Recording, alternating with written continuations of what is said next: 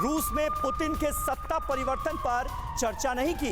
Biden के कहने का गलत मतलब निकाला गया। यह है व्हाइट हाउस की सफाई जो बाइडेन के बयान पर।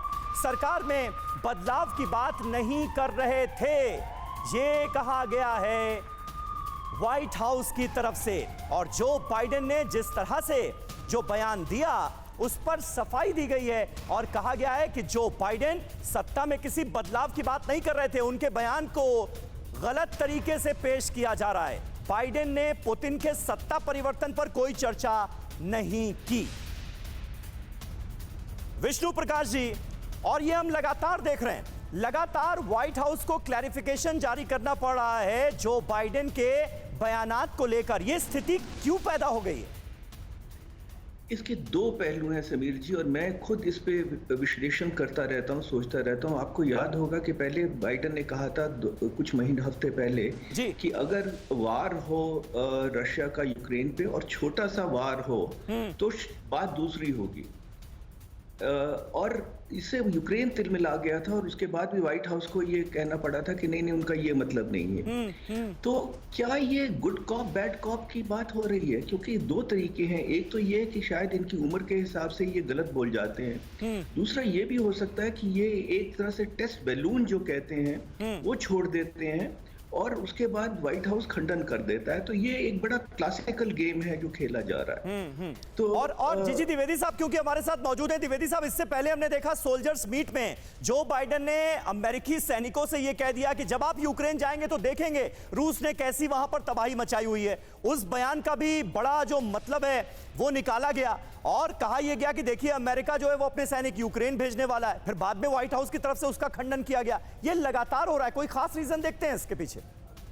देखो सुमीर, जो युद्ध होता है वो दो जगह होता है। एक तो जमीन पर होता है और एक डिप्लोमेटिक पॉलिटिकल युद्ध होता है। तो डिप्लोमेसी और पॉलिटिकल जो लीडर्स हैं वो कुछ ना कुछ बयान देते रहते हैं। कुछ बयान सीधे होते हैं, कुछ विवादित भी हो जाते हैं। तो ऐसे है कि ये जो बयान आते हैं कुछ इनको सीरियसली लिया जाता है, कुछ साइकोलॉजिकल वॉरफेयर की तरह भी होते हैं, कुछ दूसरे को नीडल भी करने के लिए होते हैं।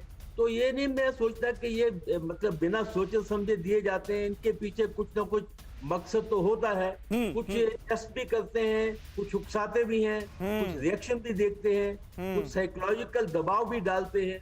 तो ये सब चीजें शामिल हैं। पर मैं इतना ही कहूंगा कि देखो ये जो पॉलिटिकल डिप्लोमेटिक लड़ाई है ये भी बहुत महत्वपूर्ण होती है।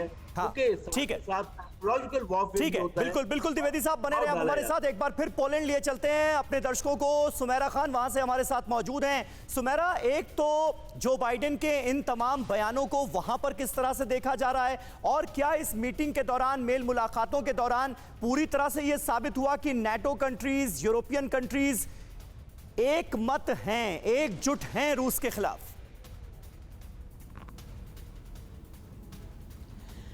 समीर, यही सबसे बड़ा चैलेंज था और जो दौरा था जो बाइडेन का, उसका एक बड़ा मकसद ये था कि वो जो रफल्ड फेदर्स हैं, यानी अगर कुछ चिंताएं हैं, पोलैंड की चिंताएं हैं या बाकी देशों की चिंताएं, उन्हें ज़रूर एड्रेस करें। हाँ। क्योंकि ये एक बड़ी चुनौती है। हालांकि वो कल भी उन्होंने अपने एड्रेस में कहा कि वेस्ट इससे पहले कभी भी इतना एकजुट नहीं था जितना अभी इस समय है। ये इससे पहले वो ब्रसल्स में भी वो बयान दे चुके हैं। यानी वो बताने की बार बार ये कोशिश करें, देखिए हम एकजुट हैं, हम सब एक साथ हैं। और शायद कुछ लोग खुशी के साथ, कुछ लोग मजबूरी के तहत, लेकिन सब अब इस वक्त साथ हैं क्योंकि उन्हें एक बड़ी चुनौती अपने सामने दिखाई दे रही है जो रूस की चुनौती है। तो ये एक बड़ा मकसद था जो बाइडेन का यहाँ आने का। और देखिए पोलैंड में भी आंद्रेस डूडा जिस तरह के बयान देते रहे हैं, पोलैंड के अंदर लोगों के मन में, और सिर्फ पोलैंड ही नहीं, ईस्टर्न यूरोप के कई देशों के अंदर, हंगरी के अंदर एक अलग तरह की पॉलिटिक्स है।